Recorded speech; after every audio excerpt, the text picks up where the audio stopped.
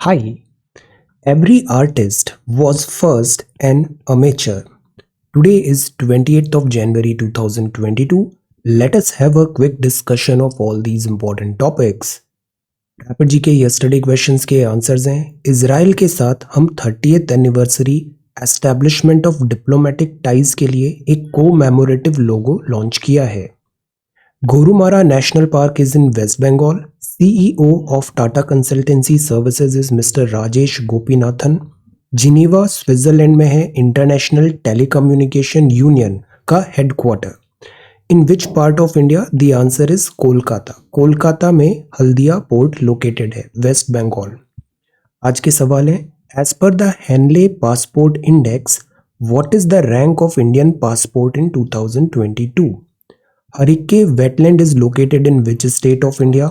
लक्ष्य सेन अभी न्यूज में है काफी, आपने अभी रिसेंटली एक बड़ा स्पोर्ट्स टूर्नामेंट भी जीता है। You have to tell which sports. Who has become the 73rd chess grandmaster? Who has been appointed as the vice president of Beijing based AIIB? So these are questions for today.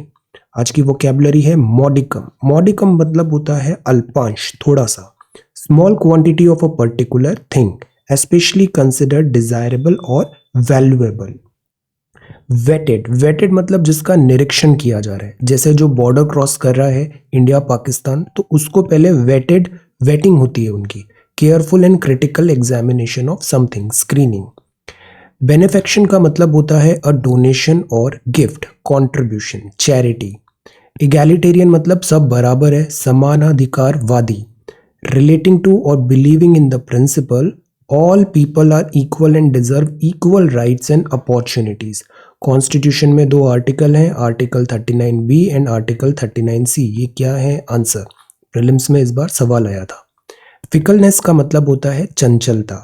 कैप्रिशियसनेस मतलब बहुत जल्दी mood change हो जाता है, variability आ जाती है, ये चीज़ नहीं करना है। सिविल सर्विसेज में भी अक्सर स्टूडेंट्स में ये फिकलनेस आ जाती है, एक दिन पढ़ेंगे फिर हफ्ते भर तक नहीं पढ़ेंगे, अवॉइड इट। स्टेबिलिटी रखना है प्रिपरेशन में। और ये आज के सवाल हैं, ये दो सवाल आज हम ट्राई करेंगे। एक तो इंडिया सेंट्रल एशिया समिट और दूसरा जर्मनी। ये GS1 2015 वर्ल्ड हिस्ट्री का सवाल है और प्रेजेंट जो जियो पॉलिटिक्स चल रही है ना, उसके लिए ये बड़ा रेलेवेंट है। ओके, तो दीज आर द टॉपिक्स जो आज हम कवर करने वाले हैं। Our reference material is this, the Hindu Delhi edition. So जो फर्स्ट न्यूज है, first news is about central Asia meet forms Afghan group. इसका बैकड्रॉप क्या है? सेंट्रल एशिया की जो कंट्रीज हैं, कंट्रीज में कौन है? Kazakhstan, Kyrgyzstan, Tajikistan, Turkmenistan and Uzbekistan. ये कहलाती हैं central Asia countries. Central Asia countries के लीडर्स को हमने इनवाइट किया था रिपब्लिक डे परेड में as a chief guest, but कोविड-19 भी है और यहाँ थोड़े डिस्टर्बेंसेस भी हैं से कजाकिस्तान में, सो ये कैंसिल हो गया इन पर्सन विजिट। तो दैट इज वाई ये वर्चुअल समिट अभी हुआ वीडियो लिंक के थ्रू। तो सी हमारे प्राइम मिनिस्टर हैं और सेंट्रल एशियन कंट्रीज के भी हेड्स हैं, तो ये एक मीटिंग हुआ। Overcoming the lack of land connectivity between India and Central Asia, landlocked countries was one of the main issue of discussion. अब ये जो सेंट्रल एशियन कंट्रीज है ना, ये लैंडलॉक्ड है। लैंडलॉक्ड का मतलब सी का एक्सेस नहीं है, यहाँ पे सी का एक्सेस नहीं है। तो हम भी अगर इनसे ट्रेड करना चाहते हैं तो हमें कोई रूट नहीं मिलता, कोई एक्सेस नहीं मिलता। हम एयर के थ्रू कर सकते हैं but air is very costly और फीजिबल नहीं हो पाता है। So we want access, land connectivity बहुत ज़रूरी होती है। तो प्राइमरली इस पे हमने डिस्कशन किया, प्रेसिडेंट और यहाँ सारे हेड्स ने बात किया। देन अभी जो नया कंसर्न डेवलप हुआ है वो है अफगानिस्तान। अफगानिस्तान में तालिबान ने टेक ओवर किया, तो अफगानिस्तान में जो जियो पॉलिटिक्स है, जहाँ अगर डिस्टर्बेंसेस होते हैं, इनस्टेबिलिटी होती है, से टेररिज्म राइज होता है, तो उसके क्या रिपरकशंस होंगे एडजॉइनिंग कंट्रीज में। This is a cause of concern. Same concerns and the same objectives. Then हमने जॉइंट वर्किंग ग्रुप बनाने की बात किया, setting up a joint working group Afghanistan के कॉन्टेक्स्ट में। देन इसके बाद मिनिस्ट्री ऑफ एक्सटर्नल अफेयर्स ने बताया कि कंसर्न्स हैं अफगानिस्तान और एडजॉइनिंग एरिया में भी ह्यूमैनिटेरियन असिस्टेंस प्रोवाइड करना, जैसे अभी विंटर्स आ रही है, यहाँ पर इनके पास फंड्स नहीं थे तो thousands and thousands of people in Afghanistan वो स्टारवेशन के नियर पहुंच गए थे, तो हमने इमीडिएटली फिर वहाँ पे food and all medicine supply किया, humanitarian assistance. Formation of a truly representative and inclusive government भी होना चाहिए।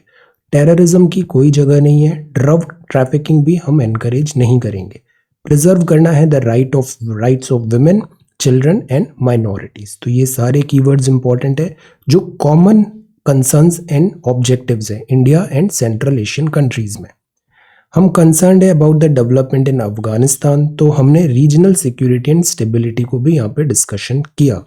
इसके अलावा ये जो समिट है, समिट में ट्रेड, कल्चरल मिनिस्टर्स भी थे। स्ट्रेंथन करें cooperation, political development, partnership, connectivity, culture, tourism, security. तो अब ये भी अलग अलग पिलर्स हैं। जब भी हमें बायलैटरल टाइज की बात करनी पड़ती है किसी भी दो कंट्री के बीच में, India and some other country, see these are the subheadings, like cultural हुआ, ट्रेड हुआ, कनेक्टिविटी हुआ, देन टूरिज्म हुआ, सिक्योरिटी हुआ, these are the subheadings. Because जब हम आंसर प्रिपेयर करते हैं ना, एक तो होता है कि हम बस लिखे जा रहे हैं पैराग्राफ में, दूसरा होता है हम हेडिंग्स, सब हेडिंग्स अलग अलग जगह उसको सेग्रीगेट कर रहे हैं। तो अगर सेग्रीगेशन होता है कंटेंट का तो वो ज़्यादा इफेक्टिव माना जाता है। तो ऐसे कीवर्ड्स हमें याद होने चाहिए।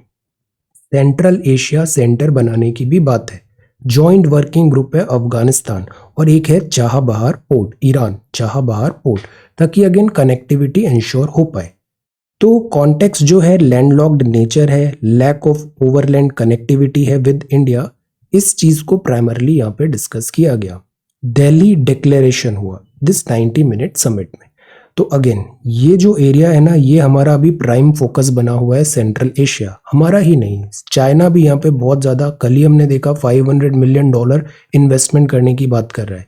तो we should have a very good understanding about central Asia, ये अभी फोकस में है।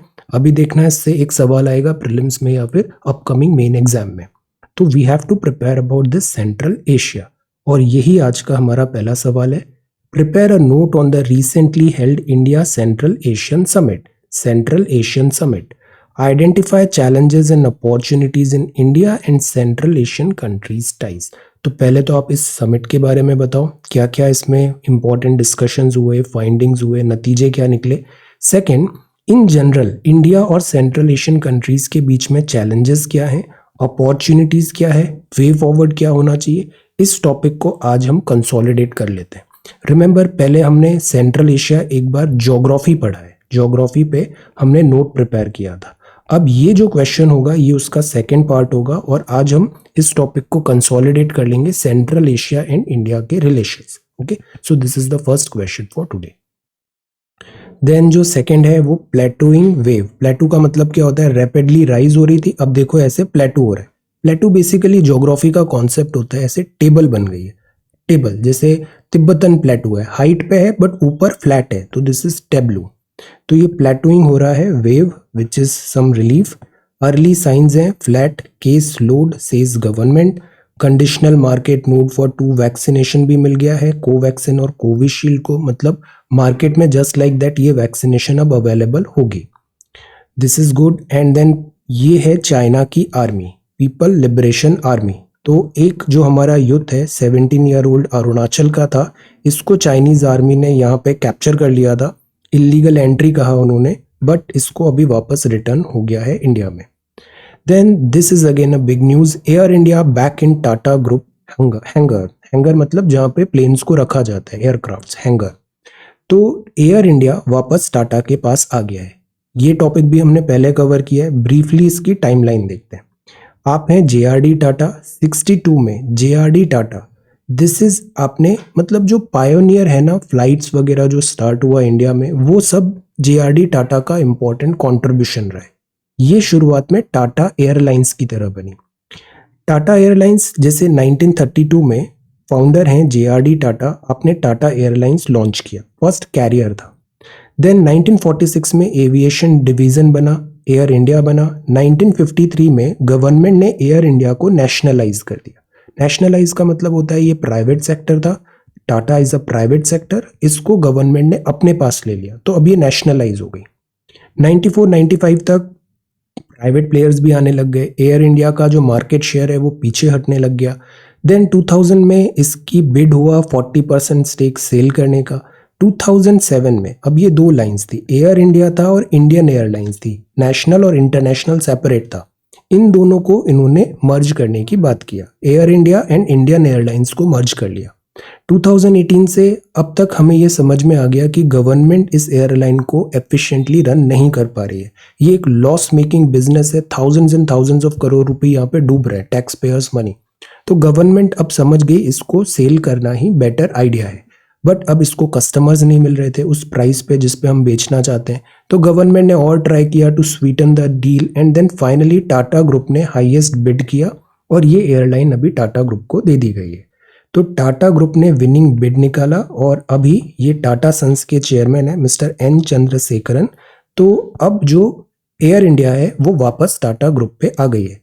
1953 में नेशनलाइजेशन से टाटास टू गवर्नमेंट आया, अब 2022 में गवर्नमेंट टू अगेन टाटा आ गया। सो this is air India back in Tata group hanger. तो दिस इज दिस न्यूज। अब ये न्यूज तो अभी स्टार्ट हुआ है, अब हमें देखना होगा कि ये एयर इंडिया किस तरीके से आगे बढ़ता है, बिकॉज एयरलाइंस जो हैं ये ऑलरेडी काफी लॉस मेकिंग बिजनेस रहा है। पिछले कुछ टाइम पे हमने देखा बहुत सारी एयरलाइंस का वाइंड अप हो गया, एक किंगफिशर आती थी और this although this Indigo and all are doing good, but in general जो टाटा भी है, टाटा का भी विस्तारा है एंड ऑल, एयरलाइन जो है वो थोड़ा स्ट्रगल कर रही है। प्राइमरली जो रीज़न था वो ये था, एक तो पॉलिसीज सही नहीं रहती इनकी, दूसरा जो रूट्स और ट्रैफिक रूट्स जो डिज़ाइन करते हैं वो प्रॉफिटेबल नहीं होता, तीसरा ये प्रॉब्लम आती है कि कोविड-19 हो गया। कोविड-19 हुआ तो एयर ट्रैवल पे बैन लग गए, कस्टमर्स नहीं है, तो ये ह्यूज लॉस मेकिंग बिजनेस हो गया दिस एयरलाइंस का। तो अब ये देखना होगा टाटाज एयर इंडिया को कैसे प्रॉफिटेबल कर पाता है। इसका एक और पहलू ये भी है कि जैसे ही अभी तक गवर्नमेंट के पास था तो एयर इंडिया वगैरह इनकी एक प्रॉपर, हम पढ़ते हैं ना, प्रेशर ग्रुप टाइप है जो सिलेबस में लिखा है, तो इनके ऐसे प्रेशर ग्रुप्स भी होते हैं। अब इन एम्प्लॉयज़ का from this government mentality to private sector Tata में कैसे स्विच होगा, ये भी एक कॉज ऑफ कंसर्न है। लेट अस सी ये कैसे ट्रांजिशन होता है। तो चैलेंजेस तो हैं, अभी टेलविंड्स हैं अभी एविएशन सेक्टर में। लेट अस सी ये आगे कैसे कैरी फॉरवर्ड होता है। Then this is this news, oppose to third party in LSE talks, China tells US। Usually हमारा भी यही स्टैंड होता है कि अगर जो बायलैटरल अगर कोई भी टेंशन्स हैं तो वो बायलैटरली ही सॉल्व होने चाहिए, हम थर्ड कंट्री को इनवाइट नहीं करते। इंडिया और पाकिस्तान में भी हम यही बोलते हैं, जो भी है वो आपस में मिलके हम देख लेंगे, third country is not required. Similarly जो LSE चाइना का है वो भी लाइक बायलैटरली हम इसको सॉल्व करेंगे, डिप्लोमेटिकली या militarily, whatever, so we will do it. 14th round of talk था, इसमें भी कोई टेंजिबल रिजल्ट्स तो आ नहीं रहे हैं। 14th राउंड हो गया, ये डे 1 से हम कवर कर रहे हैं, first round, second round. Beijing की जो पॉलिसी है यूजुअली वो ये होती है, by time build capacity. Then this is first front page of the Hindu. Okay, अब जो नेक्स्ट है वो है this is political, this is green measures. ये भी बड़ा इंपॉर्टेंट टॉपिक है। कुछ दिन पहले हमने वेटलैंड्स पढ़ा, वेटलैंड्स का नेचर कैसे चेंज हो रहा है, रामसर साइट्स भी देखा। तो वेटलैंड्स होती है ना, ये बड़ी इंपॉर्टेंट होती है, इकोलॉजिकल सर्विसेज करती है, लाइक बायोडाइवर्सिटी हुआ, फिशेज होती है, एम्प्लॉयमेंट जनरेट होता है, प्लस ये एज अ बफर भी काम करती है, जो अगर फ्लड्स जैसी सिचुएशन आ रही है तो एक्ट एज अ बफर। तो इन वेटलैंड्स को, because these are our life lines, conserve करना जरूरी है। तो ये हैदराबाद मेट्रोपॉलिटन डेवलपमेंट अथॉरिटी है, urban development, Hussain Sagar lake है to prevent algae formation. Algae आ जाती है ना, तो यहाँ पे क्या होता है, बायोलॉजिकल एक्टिविटी बहुत बढ़ जाती है, तो इससे क्या होता है, जो फिशेज एंड ऑल है वो they start dying. Algae formation को चेक करना है। बायो रेमेडिएशन एफर्ट है to prevent pollution, part of bio remediation efforts to prevent pollution. इस कीवर्ड का मतलब क्या होता है बताइए। कीवर्ड को ना ब्रेक करना चाहिए, जैसे बायो रेमेडियल क्लासेस होते हैं ना, कुछ उदाहरण है, bio remediation. So what is the meaning of this bio remediation, tell. तो this is green measures, Hussain Sagar lake, Hyderabad. Okay, then this is make health care a right, health care बहुत जरूरी है। Then this is editorial. First जो news है this is political. Second जो है that is this is open the schools. Schools open करना बहुत ज़रूरी है बिकॉज स्कूलिंग का मतलब ये नहीं होता है कि 4 किताबें पढ़ ली, एग्जाम लिख लिया, पास हो गए। स्कूल का जो एटमॉस्फेयर होता है, तो हम जो ये नई जनरेशन आई है इस दौर की, हम उनको डिप्राइव कर दिए हैं बेसिक राइट्स जो स्कूल में होना चाहिए। हम स्कूल जाते हैं, फ्रेंड्स बनते हैं, हम पीयर लर्निंग करते हैं, हमें सोसाइटी में रहना आता है, ग्रुप में रहना आता है, टीम वर्क आता है, we learn so many things. ये सब चीज़ें ऑनलाइन एजुकेशन से प्रोवाइड नहीं की जा सकती है। तो that is why open the schools. Schools must re open as severe cases dip and vaccination coverage increases. अब कोविड का भी ऐसा है ना कि कोविड पैंडेमिक से एंडेमिक तो बनेगा, प्लस अब ये कब जाएगा नोबडी नोज। हो सकता है 3rd 4th वेव भी आ जाए, we don't know. But for now हमने सीवियरिटी का जो ट्रेंड देखा है वो कम है, जैसे ओमिक्रॉन में सीवियरिटी इतनी आ नहीं रही है। सेकेंड, वैक्सीनेशन भी अभी जैसे 15 to 18 का भी हो गया है, तो वैक्सीनेशन कवरेज भी है, सीवियरिटी भी नहीं है, तो हमें थोड़ा रिस्क लेना चाहिए। Open the schools. केसेस जो हैं ऑल्दो वो बड़े अनकंफर्टेबली हाई हैं, एडमिनिस्ट्रेशन लॉकडाउन भी लगा रहा है, लोकल लेवल पे भी है, स्टेट्स जो हैं उधर भी ये केसेस आ रहे हैं। The point is odds of requiring hospitalisation are low, vaccination coverage भी बड़ा है, so we should take some risk. Because अगर ज़्यादा टाइम तक स्कूल्स क्लोज रखेंगे तो ये अगेन बहुत डेट्रीमेंटल होगा। पूरा जो एक जनरेशन है, बैच है, वो बिना स्कूल के ही, बिना कॉलेज वगैरह के ही पास हो जाएगा। अब थिंक, हर चीज़ तो बुक्स से नहीं पढ़ाई जा सकती, स्पेशली लाइक इंजीनियरिंग है, मैकेनिकल इंजीनियर है, ऑनलाइन क्या पढ़ा दोगे आप उन्हें। So that is why schools colleges open करना ज़रूरी है। तो ये है antibodies and all. Then quality of teaching online में स्ट्रगल तो होता ही है। देन स्टेट्स को प्रायोरिटाइज करना चाहिए, वैक्सीनेशन करें, कोविड अप्रोप्रिएट प्रोटोकॉल करें, माइक्रो कंटेनमेंट जोन्स लगाएं, मॉनिटर करें हॉस्पिटलाइजेशन, और थोड़ा रिस्क लें। This is wrong root. Although इसमें भी मोस्टली जो टॉक है अंडर करंट वो पॉलिटिकल है, बट यहाँ दो चीज़ है, एक होता है लोकपाल, एक होता है लोकायुक्त। लोकपाल एंड लोकायुक्त ये जो नो होते हैं ना, जैसे ओम्बुड्समैन बोलते हैं कि अगर सिविल सर्विसेज में है या फिर जो मिनिस्टर्स एंड ऑल है, एग्जीक्यूटिव, पॉलिटिकल एग्जीक्यूटिव है, मंत्री लोग हैं, नेता लोग हैं, इनमें भी अगर करप्शन रिलेटेड चार्जेस आ रहे हैं तो उसका स्टडी कैसे होगा, वो होता है बाय दीज ओम्बुड्समैन। ये ट्रांसपेरेंसी इंश्योर करने के लिए होता है, transparency in work by these executives. तो ये लोकपाल एंड लोकायुक्त होते हैं। अब जैसे कुछ टाइम पहले लोकपाल भी बना था इंडिया में, अभी फर्स्ट लोकपाल कौन बने थे, आंसर, फर्स्ट लोकपाल का नाम बताइए। तो ये बात है लोकायुक्त का, राज्य में, केरल राज्य में सेक्शन जो 14 है उसको कुछ डाइल्यूट करने की बात है, और बात है कि ये आ रहा है ऑर्डिनेंस रूट से। 1, 2, 3 का मतलब होता है सेंटर, 213 का मतलब होता है राज्य, स्टेट। तो आर्टिकल 213 से बनता है स्टेट में ऑर्डिनेंस, 123 से बनता है सेंटर में ordinance. So this is wrong route. Ordinance making जो होता है अक्सर इसका क्रिटिसिज्म होता ही है, because this is considered not the ideal way. जो debate and discussion parliamentary procedure है उसको फॉलो करना चाहिए। इमरजेंसी में ही केवल ऑर्डिनेंस रूट फॉलो होना चाहिए। ये जो आर्टिकल है ये बताता है इंडिया की इकोनॉमी और चैलेंजेस ऑफ इनफॉर्मेलिटी। फॉर्मल इकोनॉमी हमारे यहाँ नहीं है, ऑर्गेनाइज्ड वर्कफोर्स नहीं है, तो उससे रिलेटेड क्या होती है चैलेंजेस कि हम अपनी इकोनॉमी को टैप नहीं कर पाते, ट्रैक नहीं कर पाते। जो बेनिफिट्स प्रोवाइड होने चाहिए इकोनॉमी में या सेक्टर में या फिर वर्कर्स को, वो उनको डिलीवर नहीं हो पाता, बिकॉज आइडेंटिफाइड ही नहीं है, वो कोई फॉर्मल उनका रिकॉर्ड वगैरह नहीं है। So that is why we always try कि फॉर्मलाइजेशन ऑफ इकोनॉमी करना है, फॉर्मलाइजेशन ऑफ इकोनॉमी। अब फॉर्मलाइजेशन ऑफ इकोनॉमी के लिए हम क्या करते हैं, जैसे हमने डीमोनेटाइजेशन किया कि एवरीथिंग डिजिटल होगा, तो एक ट्रैक रख पाओगे चीज़ों का। जीएसटी हम लेके आए, फाइनेंशियल ट्रांजैक्शन डिजिटाइज कर रहे हैं।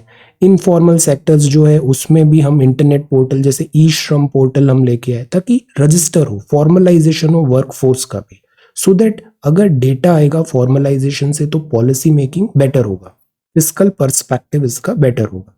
अब आईएमएफ भी बोलती है, इनफैक्ट हर गवर्नमेंट जो इंस्टीट्यूशन है, इंटरनेशनल ग्रुप्स भी हैं, वो यही बोलते हैं कि एक फॉर्मलाइजेशन होना जरूरी है। इससे क्या होता है, टैक्स कलेक्शन भी बेटर आता है, पॉलिसी फॉर्मुलेशन भी बेटर आता है, बेनिफिट्स जो है उनका identification of beneficiary and delivery of services भी इंप्रूव होता है। तो रेगुलेशन भी ज़रूरी है, तो दैट इज़ वाई फॉर्मलाइजेशन होना चाहिए, बट इंडिया में फॉर्मलाइजेशन लेवल अभी भी कम है। तो जो लॉज हैं फॉर्मलाइजेशन के, रूल्स हैं, बिजनेस को फॉर्मलाइज या फिर अंडर द रेगुलेटरी फ्रेमवर्क लाना, इनफॉर्मल टू फॉर्मल लाना, इसको ईजन करने की ज़रूरत है, सिंप्लीफाई करने की ज़रूरत है। स्मॉल एंटरप्राइजेज होते हैं, कई बार यहाँ पे जैसे लेबर लॉज है वो भी इम्प्लीमेंट नहीं होंगे, तो यहाँ ह्यूमन राइट्स वायलेशन भी हो जाता है। लाइसेंसिंग का एक बार दिक्कत आ जाता है, फिर वो स्केल अप भी नहीं हो पाती आफ्टर अ पर्टिकुलर पॉइंट। तो द पॉइंट इज कि यहाँ ज़रूरत है फॉर्मलाइजेशन का, इकोनॉमी का formalisation is required. Then formal informal sectors है। एक्चुअली क्या है, जैसे कोई स्ट्रीट वेंडर है, वो अपना एक स्मॉल बिजनेस करे, दिस इज इनफॉर्मल इकोनॉमी। या फिर एक कोई इंडिपेंडेंट एंटरप्रेन्योर है, वो वर्क कर रहा है बट वो फॉर्मल चैनल में नहीं, this is again informal. Formal ऐसा होता है जैसे कोई कंपनी है या फिर कोई रजिस्टर्ड एंटरप्रेन्योरशिप हो रही है, रजिस्ट्रेशन वे के थ्रू आ रहा है, वो प्रॉपर उसका ट्रैक है, रिकॉर्ड है, आइडेंटिफिकेशन हो रहा है, उधर जो बेसिक लॉज हैं वो फॉलो हो रहे हैं, दैट इज फॉर्मलाइजेशन। तो फॉर्मलाइजेशन होगा तो टैक्स कलेक्शन भी बेटर होगा। एक रिपोर्ट है इनफॉर्मेलिटी एंड डेवलपमेंट, ये बोलती है अगर इकोनॉमी में इनफॉर्मेलिटी ज़्यादा है, इसका मतलब वो अंडर डेवलप्ड कंट्री है। हम ज्योग्राफी में एक रोस्टॉफ मॉडल भी देखते हैं। इनफॉर्मेलिटी जो होती है, अगर शुरुआत अर्ली स्टेज ऑफ इकोनॉमी बताता है, जैसे जैसे एडवांस्ड स्टेज ऑफ इकोनॉमी होगी वहाँ पे फॉर्मल सेक्टर बढ़ेगा, इनफॉर्मल कम होगा। जैसे यूएस जापान में देखो फॉर्मल इज हायर। तो फाइंडिंग ने बताया इनफॉर्मल को डिक्रीज करना है और इकोनॉमिक ग्रोथ, ताकि फॉर्मेलिटी से फॉर्मल इकोनॉमी ऑर्गेनाइज सेक्टर से बढ़े। ये ट्रांसफॉर्मेशन इन एशिया की बात किया है, फॉर्मल मॉडर्न सोसाइटी बनाने का। Many parts of developing India में भी फॉर्मेलिटी रिड्यूस हुई है, बट बहुत कम पेस से हुई है, स्लगिश पेस से हुई है। तो इससे क्या होता है, जो modern form of government, modern form of laws practices जो हैं वो इम्प्लीमेंट नहीं हो पाती है। पीएलएफएस का जो डेटा है, पीरियोडिक लेबर फोर्स का, वो भी यही बोलता है कि 75% ऑफ इनफॉर्मल वर्कर हैं वो सेल्फ एम्प्लॉयड हैं, कैजुअल वेज वर्कर्स हैं, एवरेज अर्निंग लोअर है देन रेगुलर सैलराइड वर्कर। तो सी फॉर्मलाइजेशन से जो इनकम है वो भी बेटर होती है, एम्प्लॉय राइट्स होते हैं वो बेटर होते हैं। तभी तो जो गिग इकोनॉमी बन रही है, जैसे स्विगी, जोमेटो, अमेजोन के जैसे डिलीवरी एजेंट्स हैं, हम फॉर्मलाइज करने की कोशिश कर रहे हैं ताकि उनके राइट्स भी सेफगार्ड हों। तो इनफॉर्मल टू फॉर्मल स्विच ज़रूरी है। बाकी इसमें ऐसे ही डेटा लिखा हुआ है कि why it is required, pandemic भी है, जीडीपी में भी इम्पैक्ट पड़ता है इसका। टेम्पररी जो एम्प्लॉयमेंट, गिग एम्प्लॉयमेंट है, इधर भी रेगुलेशंस ज़रूरी होते हैं। तो this is necessary element. Informality to formal economy हमें ट्रांजिशन करना चाहिए। रजिस्ट्रेशन एंड ऑल, जैसे ई श्रम पोर्टल एक बहुत अच्छा एग्जाम्पल है, ई श्रम portal. So this is the challenges of informality. What approach should we adopt to treat Omicron? अब इसमें experts ने बताया है, let us see vaccination and COVID appropriate protocol, ये दो ही तरीके हैं।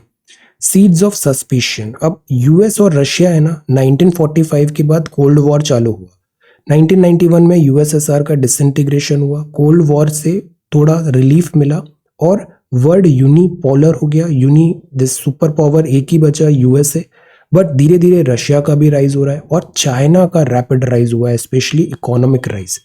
तो इससे क्या हो रहा है, जियोपॉलिटिकल टेंशंस फिर से अभी थोड़े डिस्टर्बेंस हो रहा है, डिस्टेबलाइज हो रहे हैं। यूएस रशिया का जो है ties begin to weaken during the second term of Barack Obama administration. Barack Obama के साथ व्लादिमीर पुतिन रिलेटिवली पीसफुल था, देन सेकेंड टर्म था उसमें टेंशंस आए, फिर डोनाल्ड ट्रंप हो गया एंड देन अभी जो बाइडेन। तो रशिया और जो अमेरिका का ग्रुप है, अगेन पावर प्रोजेक्शन के लिए ये कन्फ्रंटेशन पाथ पे है, बट अब यहाँ एक नया फैक्टर आ गया है, वो है चाइना।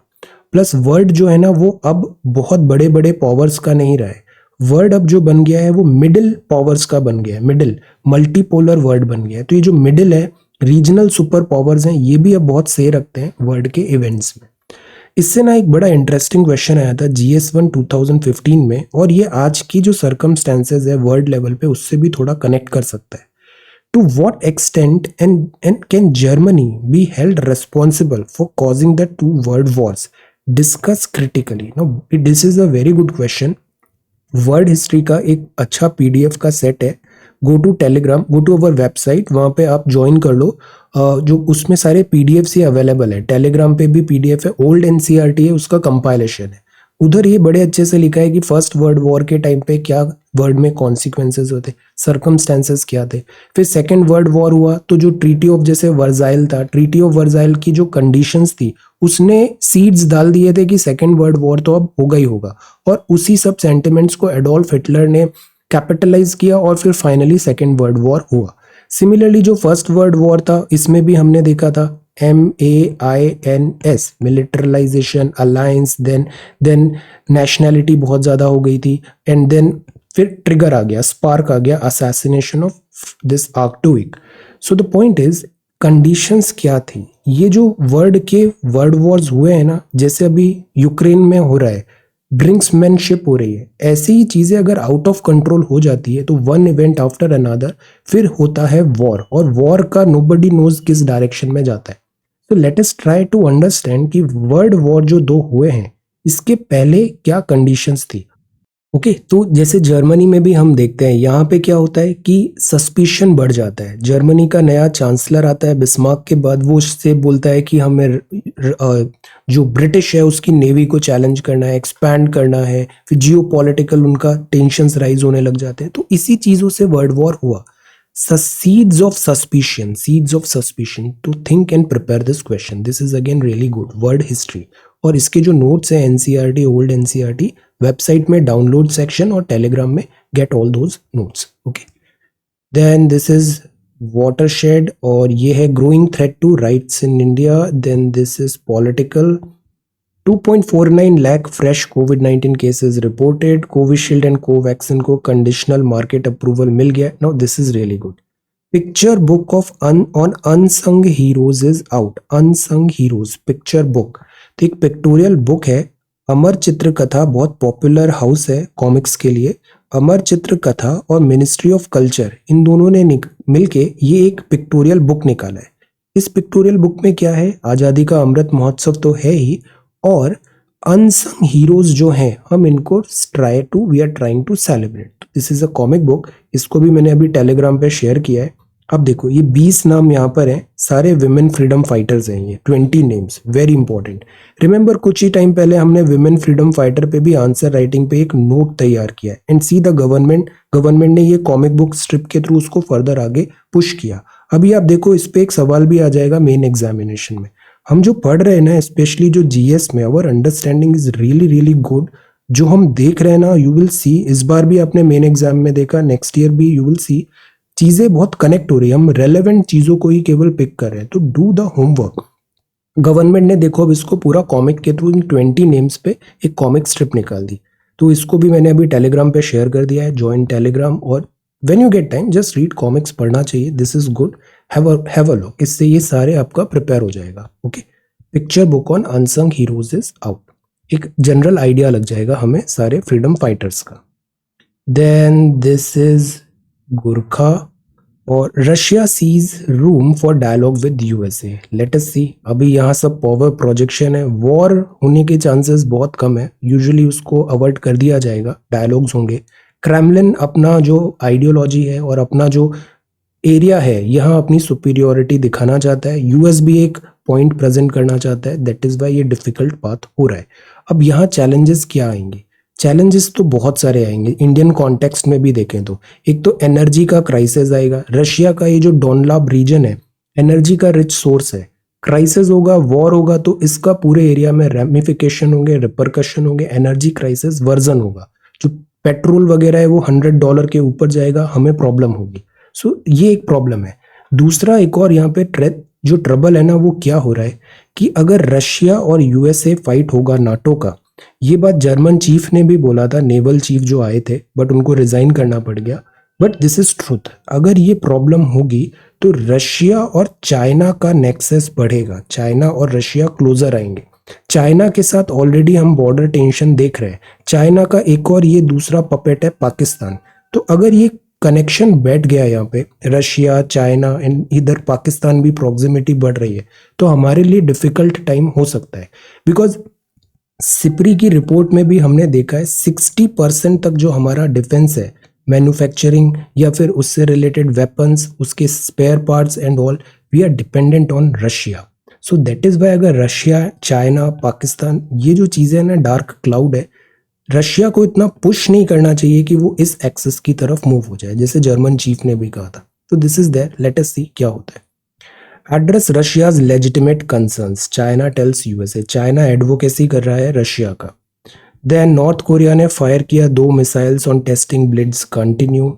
ईयू ने लॉन्च किया है डब्ल्यूटीओ केस से against China for targeting Lithuania. अब लिथुआनिया से हमने क्या देखा था, ताइवान, ताइवान को इसने आइडेंटिफाई किया। चाइना बोलता है one China policy, you can not identify Taiwan, और लिथुआनिया पे रिस्ट्रिक्शंस लगा दी। अब लिथुआनिया ऐसा कंट्री है जिसका ट्रेड सरप्लस है चाइना, तो लिथुआनिया ने कंसिडर भी नहीं किया। तो अब ईयू ने लॉन्च किया WTO case against China. China although बोल रहा है कि दिस इज पॉलिटिकल इशू, ये पॉलिटिकल इशू है जो लिथुआनिया में ताइवान रिलेटेड जो उन्होंने रिस्ट्रिक्शंस लगाए, नॉट एन इकोनॉमिक इशू। और अगर इकोनॉमिक इशू नहीं है तो डब्ल्यूटीओ सैंक्शंस नहीं लग पाएंगे, because WTO is trade body, world trade organisation. तो लेट अस सी क्या होता है यहाँ पे। एसडीएफ है, देन अफगान दिस। नेक्स्ट है India seen boosting budget spending on infrastructure. अभी पूरा बजट का माहौल है, विल कवर दिस। तो बजट में इंफ्रास्ट्रक्चर पुश होगा तो इसके ज़्यादा बेनिफिट्स होंगे। कल ही हमने ये सवाल भी देखा कि गवर्नमेंट का एक्सपेंडिचर इंफ्रास्ट्रक्चर में बढ़ाने की क्यों ज़रूरत है, गवर्नमेंट एक्सपेंडिचर। क्राउड इन भी हमें करना चाहिए, क्राउड आउट नहीं, कि गवर्नमेंट एक्सपेंडिचर कर रही है तो वो एज एन इंसेंटिव वर्क करे, प्राइवेट सेक्टर भी अपना एक्सपेंडिचर यहाँ पे लाए। Bonds rupee weaken as Fed tone sparks outflow concerns. Bonds rupee weaken because dollar अब स्ट्रांग होगा, रुपी अब वीक होगा। जो फेड है यूएस का है, इजी मनी पॉलिसी लगाया था, अब उसमें थोड़ा टाइटनिंग हो रही है, सो दैट इज वाई। इसको भी आगे देखते हैं। देन दिस इज नया ईवी, सब ईवी पे बेट कर रहे हैं, electric vehicles. Swiss gold export to China and India hit multi year high.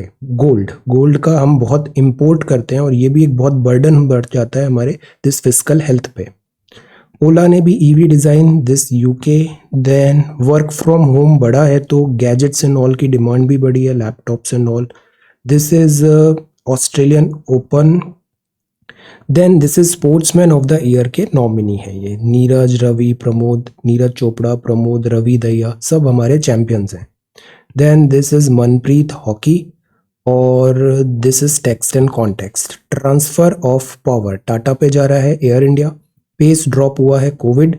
Hunger death, this is not at all right. Hunger death, starvation को कंप्लीटली एलिमिनेट करना जरूरी है। ये न्यू स्पीशीज हैं, प्लांट्स एंड वर्टिब्रेट्स की, WWF report ने बताया। And legend of the game 15, number of grand slam, Australia. अब आज हम पढ़ते हैं बजट फॉर्मुलेशन। आज का जो प्राइमरीली टॉपिक है बजट फॉर्मुलेशन एक्सप्लेनर। जो कल परसों ही हमने सवाल देखा था ना कि कैपिटल एंड रेवेन्यू बजट में क्या डिफरेंस होता है, सेम वही चीज यहाँ पे लिखा है। बजट का मतलब क्या होता है कि इनकमिंग कितना पैसा आया, कितना एक्सपेक्टेड है और कितना खर्चा करना है साल भर में। इस टाइप का जब गवर्नमेंट लार्ज स्केल में बनाती है तो उसको बजट बोलते हैं। कितना पैसा आएगा, कितना इनकम होगा, कितना खर्चा होगा, लाइक दैट। अब ये चीज 2 हेडिंग्स में आ सकती है, रेवेन्यू एंड कैपिटल। इन दोनों को समझने का भी सिंपल सा पॉइंट है, एसेट्स क्रिएट हो रहे हैं या नहीं हो रहे हैं, लाइबिलिटी में कोई फर्क पड़ रहा है या नहीं पड़ रहा है। तो अगर नहीं हो रहा है तो that is revenue, assets and liability impact हो रहा है तो वो कैपिटल हो गया। अब जैसे रेवेन्यू रिसीट में भी टैक्स रेवेन्यू, रेवेन्यू मतलब रेकरिंग होता है, जैसे डायरेक्ट टैक्स, इनडायरेक्ट टैक्स हुआ, ये इसके सारे कंपोनेंट्स हैं। ये 2021 का सवाल है ऑफिशियल इकोनॉमी। तो ये सारे कंपोनेंट्स डायरेक्ट टैक्स के हुए, ये इनडायरेक्ट टैक्स के हुए। फिर नॉन टैक्स रेवेन्यू में ये सारे कंपोनेंट्स हैं, हैव अ लुक। ये पीडीएफ भी मैंने शेयर किया है, इसको एक बार पढ़ना। और फिर आता है कैपिटल रिसीट। कैपिटल रिसीट्स में जैसे loan, disinvestment, borrowing, provident fund वगैरह। तो ये कैपिटल बजट के अंदर आता है। कैपिटल, लाइबिलिटीज क्रिएट हो रही है या फिर कम हो रहा है।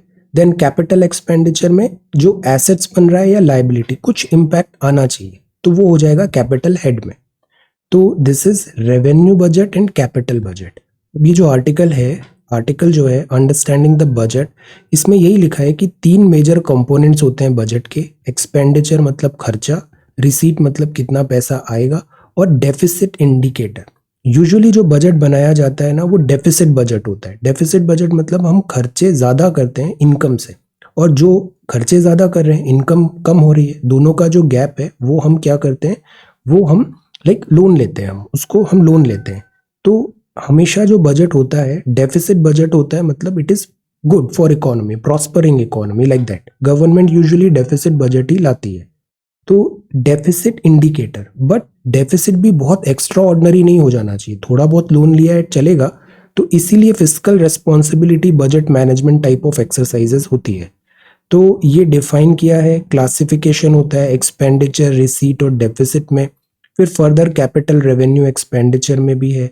फिर revenue receipt, non debt capital receipt, मतलब जिससे उधार नहीं बन रहा है, और कुछ कैपिटल रिसीट से उधार भी बन रहा है। तो ऐसे करके सेग्रीगेट किया।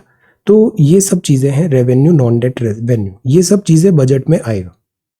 फिर डिफरेंट कंपोनेंट्स भी होते हैं यहाँ पे, इनकम कहाँ से आई, किस क्लास से आई, गवर्नमेंट की पॉलिसीज क्या होगी। एनके सिंह सब कमिटी ने भी जैसे रिकमेंडेशंस दिए थे कि डेविएशन थोड़ा बहुत हो सकता है। एक्चुअली क्या है, एफआरबीएम जो आया था, तो एफआरबीएम ने ये बोला था कि हमें बहुत ज़्यादा डेफिसिट नहीं लाना है, बहुत ज़्यादा उधार नहीं होना चाहिए। बट कोविड-19 का एक्स्ट्रा ऑर्डिनरी टाइम है, तो हम फॉर नाउ सर्वाइवल पे ज़्यादा डिपेंडेंट है। तो हम बोल रहे थे कि इग्नोर द एफआरबीएम प्रिस्क्रिप्शन, हम अगर डेफिसिट हो रहा है होने दो, बट अभी खर्चा करो, ताकि इकोनॉमी एक बार रिकवर हो जाएगी, फिर वो खर्चा भी रिकवर कर लेंगे। तो that is why this deviation is okay. ये जो डेविएशन है दिस इज ओके, बट फिर भी एक रिस्ट्रिक्शन होना चाहिए। तो अभी finance minister ma'am Nirmala Sitharaman अभी प्रेजेंट करेंगी बजट को। मेजर कंपोनेंट्स ये सारे होंगे, एक्सपेंडिचर, रिसीट और डेफिसिट।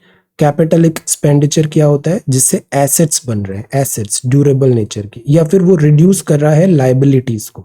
तो एसेट्स लाइबिलिटी पे इंपैक्ट आ रहा है, तो वो कैपिटल एक्सपेंडिचर। जो पेमेंट, वेजेस, सब्सिडीज वगैरह में होता है, ये रेवेन्यू एक्सपेंडिचर हो गया। ओके, तो जनरल सर्विसेज है, economic, social, grant in aids आते हैं, इस टाइप से डिफरेंट डिफरेंट कॉम्पोनेंट्स हैं। इसको अभी आई टॉक, ये जितने भी कीवर्ड्स हैं ना, सब सेपरेटली अभी हम इसको देखने वाले हैं। विल स्टार्ट दैट सीरीज और ये पूरी चीज़ें देखेंगे।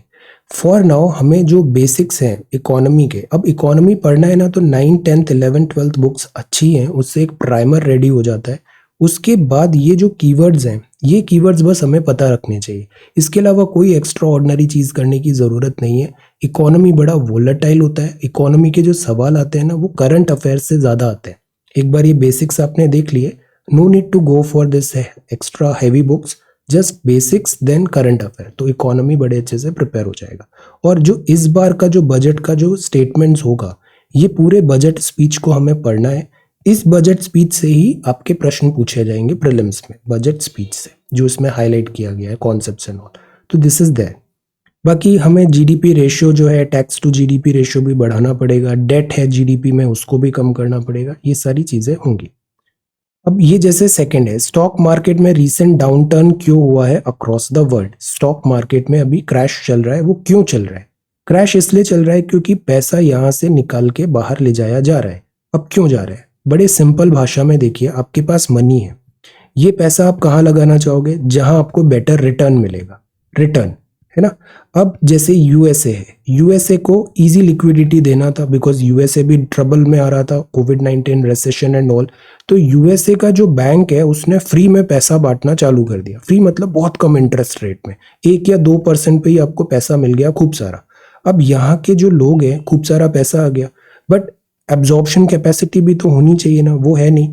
तो ये लोग क्या करते हैं, इस पैसे को पूरे वर्ल्ड के डिफरेंट डिफरेंट स्टॉक मार्केट्स में हम इन्वेस्ट करने लग जाते हैं। तो ये पैसा सीधा आ गया से इंडियन स्टॉक मार्केट में, बिकॉज यहाँ पे रिटर्न्स बेटर आ रहे थे। यहाँ पे से 5% रिटर्न आ गया, और यहाँ 1 या 2 ही था। तो बीच का जो आर्बिट्राज है, वो इनको बच गया ना, 2-3% का फायदा हो गया। तो इस तरीके से हमारा जो स्टॉक मार्केट है, इसमें बहुत ज्यादा इनकमिंग पैसा आने लग गया। दैट इज वाई हमारा स्टॉक मार्केट डिकपल हो गया। स्टॉक मार्केट यूजुअली क्या होता है, जो अच्छी कंपनीज है उनका टेंडेंसी दिखा रहा है, हेल्थ दिखा रहा है, वो ग्रो कर रही है या नहीं कर रही है, तो वो डिकपल हो गया। एक तरफ तो जीडीपी पिट रही है हमारी, और स्टॉक मार्केट ऊपर जा रहा है। तो दिस इज डिकपलेशन, और ये इसलिए हुआ बिकॉज मनी यहां से आने लग गया बहुत सारा। अब क्या हुआ, यूएस के बैंक ने बोला अब रिकवरी होने लग गई है हमारी, तो हम इंटरेस्ट रेट अब बढ़ाएंगे, इंटरेस्ट रेट बढ़ाएंगे। तो अब यहाँ अच्छे रिटर्न्स मिलने लग गए, तो इन्वेस्टर क्या करेगा, यहाँ से पैसा निकाल के वापस लाके इधर यूएस से ले जाएगा अपना पैसा। तो इससे क्या होगा, डॉलर की डिमांड बढ़ेगी, डॉलर स्ट्रांग होगा, रुपी वीक होने लग जाएगा और हमारा स्टॉक मार्केट फ्लक्चुएट होने लग जाएगा। तो ये जो है ना फिस्कल टैपरिंग जो अभी स्टार्ट हो गई है, मार्च से इंटरेस्ट रेट बढ़ने लग जाएगा यूएसए में। यूएस फेडरल रिजर्व रेज करेगा interest to contain rising prices, because अब इसका भी लिंकेज वही है जैसे इंडिया में मॉनेटरी पॉलिसी कमिटी देखते हैं, इन्फ्लेशन बढ़ रहा है तो गवर्नमेंट बोल रही है रेज करो repo reverse repo rate, interest बढ़ाओ ताकि इन्फ्लेशन को टेम कर पाए। तो यूएस में भी इन्फ्लेशन वगैरह को टेम करने के लिए वो अपनी इंटरेस्ट रेट बढ़ाएंगे। इंटरेस्ट रेट बढ़ाएंगे तो वहां रिटर्न बेटर मिलेगा, तो यहां से सब जगह से पैसा हॉट मनी फ्लाई अवे होगा और इधर जाने का टेंडेंसी देखने को मिलेगा। तो this is there.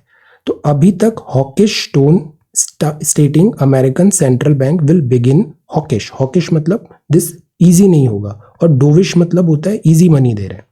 Hawkish tone जो होगा मतलब इंटरेस्ट रेट बढ़ेगा, रेजिंग इंटरेस्ट रेट बढ़ेगा मार्च से, तो उसी की ये टेंडेंसी देखने को मिल गई है स्टॉक मार्केट्स में।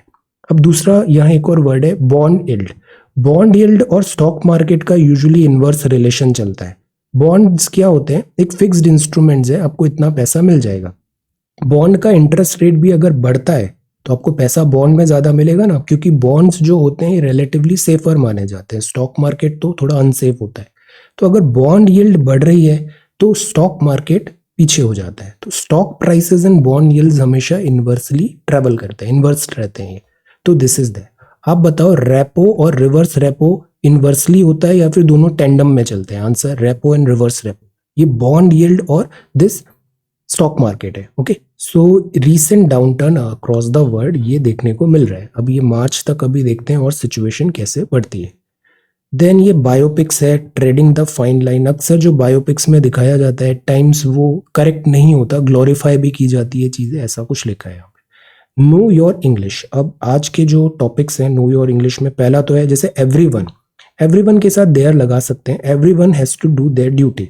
Everybody started waving their handkerchief, तो ये पॉसिबल है, देयर हम यूज कर सकते हैं। कंटेम्पररी इंग्लिश में we can use it as plural pronoun, plural pronoun. Then जो नेक्स्ट है जैसे मदर्स इन लॉ होगा, फादर्स इन लॉ, ये नहीं कि मदर इन, यहाँ एस नहीं लगेगा, इधर एस लगेगा। Mothers in law, fathers in law, sisters in law, daughters in law, okay, plural में। देन डिस्कस के बाद is not followed about, about नहीं होता। There was a discussion about it. There can be discussion about something. You don't discuss about it. I discuss the matter. There was a discussion about the matter. Okay. तो दोनों में थोड़ा difference है। जैसे कि you discuss a problem, you discuss a subject, but आप about नहीं लगाएंगे यहाँ पे। You don't discuss about a problem or subject. There is a difference. Discuss a problem, discuss a subject. Discuss about a problem, no. Okay. But कुछ cases में there was a discussion about it, तो वो different context में बता रहे हैं कि हम कुछ चीज यहाँ पे डिस्कस कर रहे हैं। There is a difference. Okay, then delightful है, डिलीशियस है एंड डिलाइटफुल है। डिलाइटफुल का मतलब होता है state of mind, very happy. Delicious usually हम टेस्ट और स्मेल को करते हैं कि डिलीशियस फूड है, like that. Okay, then back side मतलब होता है जैसे we are sitting, part of body on which you sit, that is back side. But जो बैक है, लाइक आपकी बैक एक हो रहा है, that is like your body, this backache. Then garden and all, time beyond the proper time but before it is too late, it is high time, मतलब देरी हो गई है बट अभी भी डूएबल है।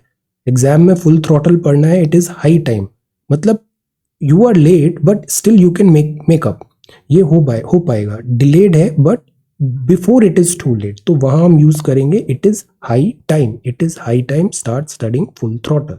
तो ये कुछ वर्ड्स हैं वोकैबुलरी इंग्लिश के। यहाँ क्रिप्टो करेंसी का एक क्विज है, have a look. So this is the Hindu newspaper. ये 2 सवाल आज देखने हैं, सेंट्रल एशिया समिट और this world wars. Okay, so thank you so much for watching this video. Take care, study well and be safe.